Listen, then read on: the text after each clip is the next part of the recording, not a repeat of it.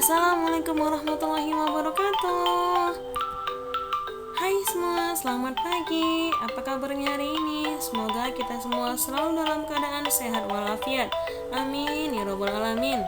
Nah, sebelum kita mulai belajar, anak-anak wajib membaca doa sebelum belajar. Nah, saat membaca doa, silakan pause video ini. Setelah selesai, play kembali videonya. Oke, hari ini kita masuk ke tema 3 di subtema 3, materi bahasa Indonesia, tentunya masih bersama Miss Agus Heriana Sari Tambunan. Yang pertama kita ke pembelajaran 1 tentang mengidentifikasi surat undangan. Nah, siapa nih yang nggak tahu surat undangan itu apa? Sepertinya semua sudah tahu ya surat undangan itu apa, karena di tema sebelumnya kita sudah mempelajari tentang denalokasi di undangan. Sekarang kita identifikasi apa sih surat undangan itu?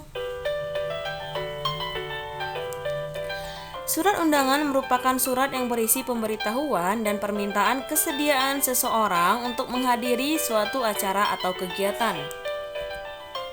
Beberapa tempat seperti sekolah dan perkantoran menggunakan surat undangan sebagai pemberitahuan. Surat undangan menggunakan kalimat yang efektif, singkat, padat, dan jelas. Tujuannya agar pembaca memahami isi surat undangan yang diterima. Surat undangan dibagi menjadi 2 jenis, yaitu surat undangan resmi dan tidak resmi. Yang pertama, undangan resmi, yaitu undangan yang digunakan oleh lembaga atau instansi resmi atau PT juga ya, atau perkantoran. Nah, undangan resmi umumnya ditulis dengan bahasa resmi dan baku. Misalnya, undangan dari Kementerian Negara atau pemerintah daerah. Nah, yang kedua ini undangan tidak resmi, yaitu undangan yang mengatasnamakan pribadi, diri sendiri atau keluarga yang ditujukan kepada orang lain untuk menginformasikan kegiatan pribadi orang tersebut atau kegiatan keluarga tersebut. Misalnya undangan ulang tahun atau undangan pernikahan dan acara keluarga, termasuk juga undangan syukuran. Selanjutnya kita akan bahas soal ayo berlatih halaman 139 dan 149 saat meet ya. Kita tidak bahas di video ini, kita bahas langsung saat meet. Kalian persiapkan ya anak-anak Miss. Nah, ini adalah contoh surat undangan resmi. Ini adalah surat undangan mengenai rapat wali murid dari pemerintah daerah khusus Ibu Kota Jakarta. Jadi dari instansi pemerintah. Dan yang ini juga surat undangan resmi dari Sekretaris Mahkamah Agung Republik Indonesia tentang undangan rapat juga. Isinya agak ini ya, gambarnya agak kecil, jadi mungkin kata-katanya tidak terlalu jelas. Selanjutnya contoh surat undangan tidak resmi. Nah, ini adalah undangan syukuran ya, undangan syukuran atau undangan syukuran. Nama yang satu lagi undangan ulang tahun. Jadi surat undangan tidak resmi itu ada surat undangan syukuran, ulang tahun, dan pernikahan. Karena mereka mengundang secara pribadi keluarga mereka ke orang lain, bukan secara instansi atau secara pemerintahan. Selanjutnya kita ke pembelajaran 2 tentang mengidentifikasi ide pokok dan kosakata tidak baku berdasarkan teks. Ide pokok adalah pokok permasalahan yang ada di dalam sebuah teks. Langkah-langkah menentukan ide pokok adalah sebagai berikut. Yang pertama, membaca teks secara utuh dan dengan seksama. Yang kedua, memahami topik teks. Yang ketiga, memahami isi teks dan hubungan antar kalimat dalam setiap paragraf. Yang keempat, menentukan kalimat utama pada setiap paragraf. Yang kelima, mencatat hal-hal penting dalam setiap paragraf, inti-intinya atau kata kuncinya. Dan yang keenam, jika belum memahami isi teks, bacalah teks tersebut secara berulang agar kalian bisa mendapatkan informasi penting. Nah, kita ke pembelajaran 3 tentang menuliskan informasi penting dalam teks. Ada beberapa cara yang dilakukan untuk menemukan informasi penting dalam sebuah teks. Cara-cara tersebut antara lain: yang pertama, membuat daftar pertanyaan berdasarkan isi teks. Kamu dapat menggunakan kata tanya seperti apa, di mana, mengapa, siapa, kapan, dan bagaimana. Selanjutnya, yang kedua, kalian dapat menggunakan peta pikiran kita secara kreatif. Nah, langkah-langkah yang dapat kita lakukan dalam pembuatan peta pikiran yaitu menentukan ide pokok dari teks. Setelah itu, menuliskan kalimat penjelas dalam bentuk poin-poin. Selanjutnya, soal ayo berlatih halaman 148, nomor 1 akan kita bahas saat meet. Hanya nomor 1 saja ya. Kita lanjut ke pembelajaran keempat tentang unsur-unsur dalam surat resmi. Selain dari orang pribadi ataupun instansi pengirimnya, maksudnya tadi unsur-unsurnya, surat resmi dan tidak resmi juga dapat dibedakan dengan melihat unsur-unsur penyusun surat tersebut. Nah, perhatikan contoh undangan surat resmi berikut dan unsur-unsur penyusunnya. Sekolah Dasar Erlangga, Jalan Haji Baping Raya nomor 100 Jakarta Timur. Jakarta 10 Oktober 2017.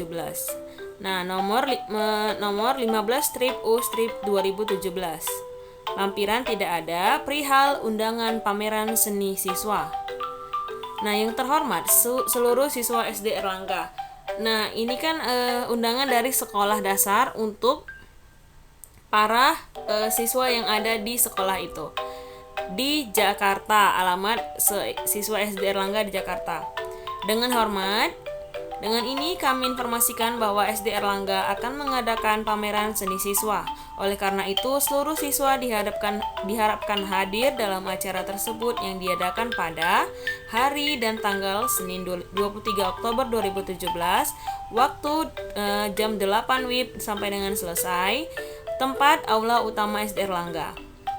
Siswa diharapkan dapat berpartisipasi dan datang tepat waktu atas perhatian seluruh siswa SD Erlangga. Kami mengucapkan terima kasih. Hormat kami, Faisal Kamal MPD sebagai Ketua Pelaksana Pameran Seni Siswa.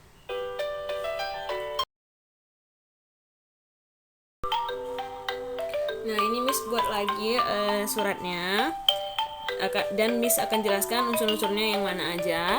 Nah, jadi ini itu adalah kop suratnya. Selanjutnya ini tanggal suratnya, dan ini adalah nomor lampiran dan perihal. Lampiran nomor itu nomor suratnya, lampiran itu jika ada file pendukung untuk surat itu, misalnya data ataukah syarat-syaratnya atau apa yang lainnya.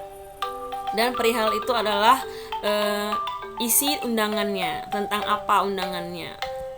Selanjutnya ini adalah alamat tujuannya, dan ini adalah salam pembukanya. Kenapa salam pembukanya seperti ini? Karena yang diundang mungkin agamanya berbeda. Jadi untuk menghargai keberbedaan agama tersebut harus menggunakan kata yang bisa diterima untuk semua agama ataupun suku.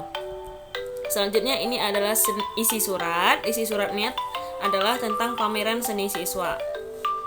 Selanjutnya ini salam penutup. Nah, ini adalah nama pengirim. Nama pengirimnya itu Faisal Kamal sebagai Ketua Pelaksana Pameran Seni Siswa. Sekarang kita bahas bagian-bagian yang terdapat dalam surat resmi adalah, nah, yang tadi unsur-unsurnya kita bahas itu apa sih unsurnya itu gitu, pengertiannya apa sih gitu. Yang pertama itu tadi ada kop surat, keterangannya yaitu berisi identitas instansi pengirim surat beserta alamat lengkapnya. Identitasnya apa? Misalnya kalau misalnya tadi kan sekolah, kalau misalnya PT atau pemerintahan daerah atau yang lembaga-lembaga organisasi, kopnya diganti menjadi nama lembaga mereka atau nama instansi mereka. Yang kedua tanggal surat, yaitu menunjukkan keterangan waktu dan tempat dibuatnya surat, bukan waktu tanggal suratnya, tapi dibuat suratnya saat ditandatangani. Selanjutnya yang ketiga nomor lampiran dan perihal surat. Ini adalah keterangannya yaitu berisi nomor dikeluarkan surat oleh instansi pengirim surat dan keterangan singkat mengenai maksud surat tersebut. Selanjutnya yang keempat alamat tujuan, yaitu berisi identitas penerima surat. Yang kelima ada salam pembuka, yaitu sapaan pengirim surat sekaligus pembuka surat. Yang keenam isi surat, yaitu pesan yang ingin disampaikan pengirim surat. Yang ketujuh salam penutup, salam untuk mengakhiri surat. Dan yang kedelapan yang terakhir adalah nama pengirim, yaitu identitas si pengirim surat. Sampai di sini paham ya anak-anak Miss tentang unsur-unsurnya. Kita lanjutkan ke materi selanjutnya. Nah, kita masuk ke pembelajaran 5 tentang membuat surat undangan tidak resmi. Surat undangan tidak resmi adalah surat undangan yang mengatasnamakan perseorangan untuk kepentingan perorangan. Umumnya, surat undangan tidak resmi berisi kata-kata yang lebih sederhana dibandingkan dengan surat undangan resmi. Nah, contoh surat undangan tidak resmi yaitu surat undangan ulang tahun, surat undangan pertunjukan pentas seni di sekolah, surat undangan syukuran kelahiran bayi, dan surat undangan pernikahan. Miss, surat undangan pentas seni tadi kan resmi, Miss. Nah, ada yang tidak resmi, misalnya Miss kita pernah di sekolah buat acara dan Miss buat undangannya itu hanya melalui WA ataupun hanya melalui satu gambar kayak gitu. Dia nggak pakai surat resmi. Walaupun ada surat resminya, tapi juga ada yang tidak surat resmi. Undangannya tidak resmi gitu. Selanjutnya perhatikan gambar di samping. Ini adalah contoh undangan tidak resmi ulang tahun. Nah, undangan pada gambar di samping adalah undangan tidak resmi yang bertujuan untuk mengundang teman untuk menghadiri ulang tahunnya. Biasanya, undangan tidak resmi dilengkapi gambar agar lebih menarik perhatian pembaca. Nah, kalau misalnya pentas seni itu misalnya ada surat resminya, pentas seni di sekolah ya, ada surat resminya tapi ada tidak resminya. Tidak resminya itu biasanya seperti seperti kayak gambar kecil gitu untuk menghadiri ini, sama seperti kata-kata yang di-share di grup. Kan tidak pakai kop surat, tidak pakai nomor lampiran seperti itu. Selanjutnya kita ke pembelajaran 6 tentang menuliskan informasi penting dalam bentuk peta pikiran. Peta pikiran dapat mempermudah kita menemukan informasi penting dalam sebuah teks. Langkah-langkah untuk menguraikan teks menggunakan peta pikiran adalah sebagai berikut. Yang pertama, tentukan ide pokok dari teks yang disajikan. Yang kedua, catatlah kalimat penjelas dari ide pokok tersebut ke dalam bentuk poin-poin. Yang ketiga, tuliskan ide pokok dan kalimat penjelas tersebut ke dalam satu bagian peta pikiran. Oke anak-anak Miss, sekian pembelajaran kita hari ini. Semoga kalian bisa memahami video dari Miss dan semoga video Miss ini bermanfaat untuk kalian dan juga untuk Miss sendiri. Terima kasih atas waktunya dan Miss akhiri. Wassalamualaikum warahmatullahi wabarakatuh dan selamat pagi semua.